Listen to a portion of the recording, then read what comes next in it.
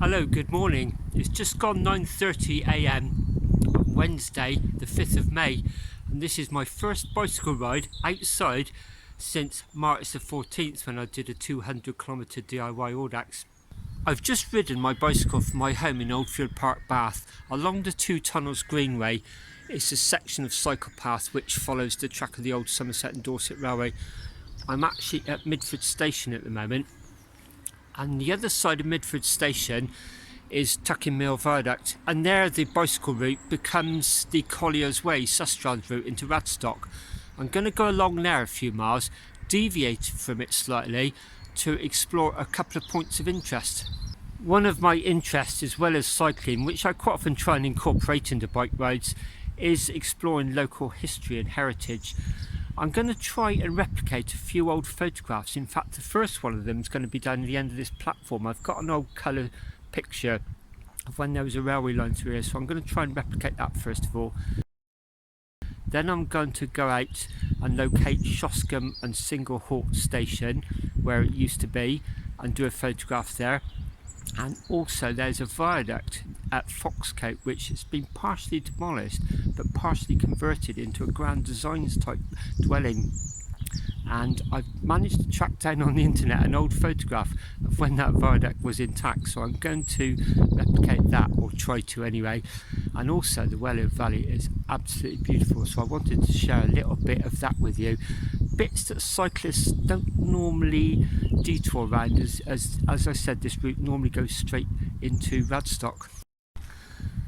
And thirdly, I've plotted this route out on the Strava mapping tool, which I often do for my routes, even though I could probably ride this one from memory. One thing struck me: the data for the profile of the ride suggests something completely different to how it actually feels and what it looks like out when you're riding. I'll talk more about that later, but I think it's a pretty good example of how our minds can completely trick us into thinking what is actually not the case. First up, down the end of that platform, I'm going to try and replicate my first photograph.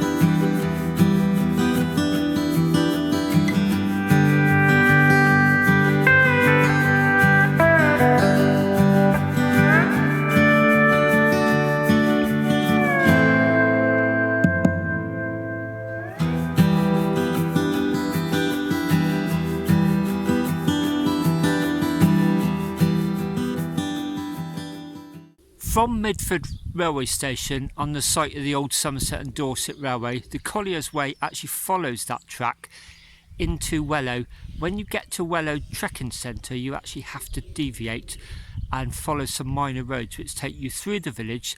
Then it drops down to Wellow Brook at Stony Littleton, and then I've just climbed back up along this little lane, and I'm just about to cross Single Hill, that's right to left hill, at this minor crossroads into the village of Shoscombe.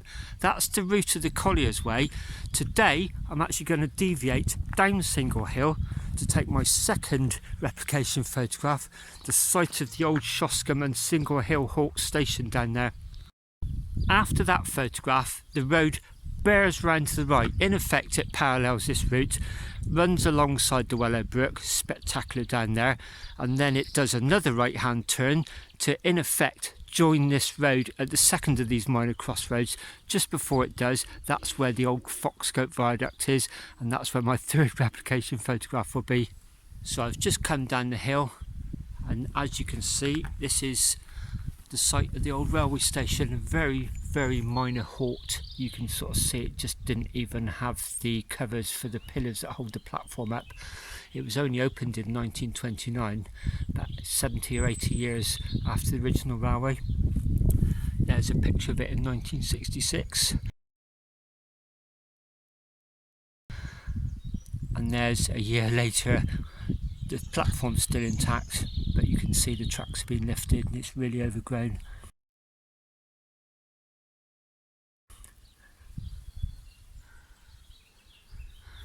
And there would be the site of the track. You can see there's a rampart for a bridge going across there. I also love learning new things, and I've just learnt something here. This former halt has a connection with Sir Arthur Conan Doyle, the author of Sherlock Holmes novels, and he actually must have got inspiration here and has included it in one of his novels, one of the Sherlock Holmes stories, where he referred to it as Shoscombe Old Place. This particular location is very difficult to do an exact replication because it would involve trespassing on private property, and I'm just not prepared to do that. I wouldn't condone that in any sort of way. So you can see just below the entrance to the old station there's the remains of what was a bridge going across this minor road. I think that's going to have to be it, to be honest. Looking at those two old photographs, the station would have just been off to the left there, and as the trains passed through, or as they started towards Bath after stopping maybe, they would be heading that way. That way would be towards Radstock. I've always been really surprised that the Sustrans route didn't come down here, because this is absolutely a little piece of paradise. I guess it preferred to go through the village and take the less arduous route, but this is beautiful. And you can see there's another point of interest here, these old anti-tank defences. I'm guessing that's what they were, Second World War structures. My route's going to head on through this lovely little bit of paradise, and then it would bear right towards Foxcote viaduct. It was a steep drop from the Collier's Way down to the site of the old halt, and now it's quite a steep climb back out to the valley to give you perspective of where we are. That Shoscombe over there, the Collier's Way would have been running that way. I can see why they probably avoided this loop. It's pretty hilly, but it's also very spectacular. And I suppose this would be a good time to explain what I meant earlier on about the mine tricking you. That was called Single Hill. There's a hill coming up called Double Hill. As you can see, it's in and out of quite a steeply sided valley. The roads around here are pretty short and sharp.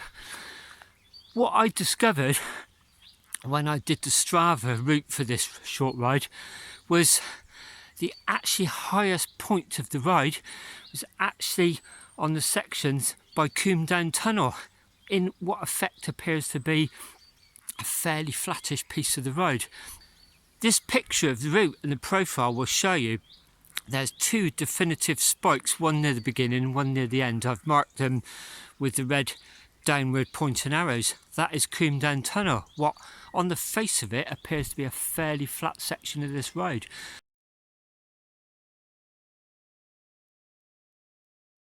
And then this middle section I'm doing now, the really hilly bit, I've put a green band around it. That's the loop at the end of the bow shape of this ride.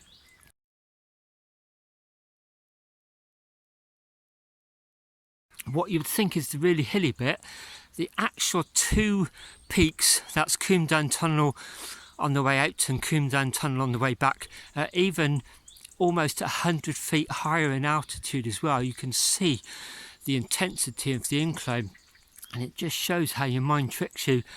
I'm coming towards the end of my detour from the Sustrans route. You may see there's the end of the village of Shoscombe up there. That would be the Collier's Way, taking the flatter option through the village. And I'm about to head up that really steep hill there. I'm now back down at the contour of the Wellow Brook, and my final point of interest, the remains of the old Foxcote viaduct. Again, private property, so nowhere am I going to infringe their privacy, but you can see the arches have been made into a habitation. What a lovely conversion. And I often thought, although there's a hint of an arch there, I thought it was probably a steel structure going across. Then recently I found this photograph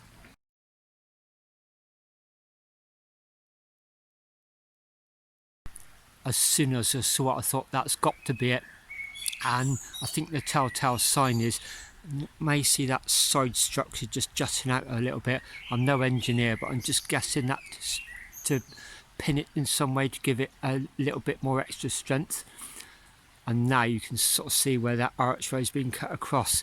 I've actually circled that structure there and put a line across it to give you an idea.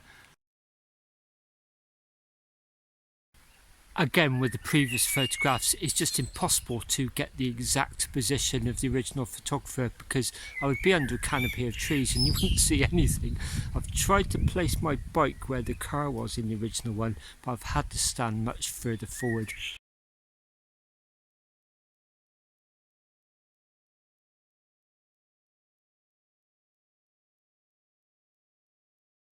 Once again stood on this bridge over the Wellow Brook. It's a gorgeous location. That's the direction I've just come.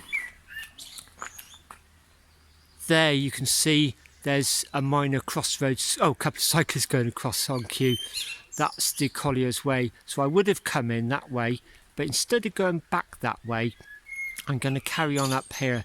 Another lung buster of a hill up towards the outskirts of Peasdown St John, and then drop back down into Wellow before I join the two tunnels. But again, difficult to get your head round. As I'm struggling up there, I'm going to try and think to myself, actually, Combe Down Tunnel, which appears flat, maybe it's the darkness there now, I don't know, but it's actually steeper and about 100 feet higher in elevation. I'm now back up on high ground on the outskirts of the village of Peasdown St John, which is on the same sort of contour as the main Bath to Radstock road, the A367. So the climb from Foxcote out of the valley was backbreaking, lung busting, and then you drop down into the village of Shoscombe, past the Apple Tree pub, and then a second real kick. No wonder they call it double hill. And again, that perception of this really does feel much harder than the data suggests. And I was wondering whether you could possibly flip that to your own advantage when you are struggling on long rides. I'm now heading back to Bath, and I couldn't resist the opportunity just to make a slow detour at Wellow. That's the old Somerset and Dorset railway station. And the point of interest there is, after closure, it was converted into a private dwelling, and one of the owners was Peter Blake. He's more famously known for designing the cover of the Sgt Pepper Beatles album. And it's said that he actually used the signal box, which is attached to the property, as his art studio. I'm heading home back through the village of Wellow before I join the Two Tunnels Greenway. Before I do, let me show you St Julian's Church at Wellow. This is lovely. Often ride by here, admire this. It's closed due to the coronavirus epidemic, as are all churches in the UK. What a beautiful place. One of my friends, when I was a postman, actually had his wedding here, and then the reception, or the evening do at least, in the pub along the road, the Fox and Badger. How lucky was he? I'm going to finish the video here anyway at this amazing location. As usual, I'll say thanks very much for watching, and until next time, stay safe everybody, look out for each other.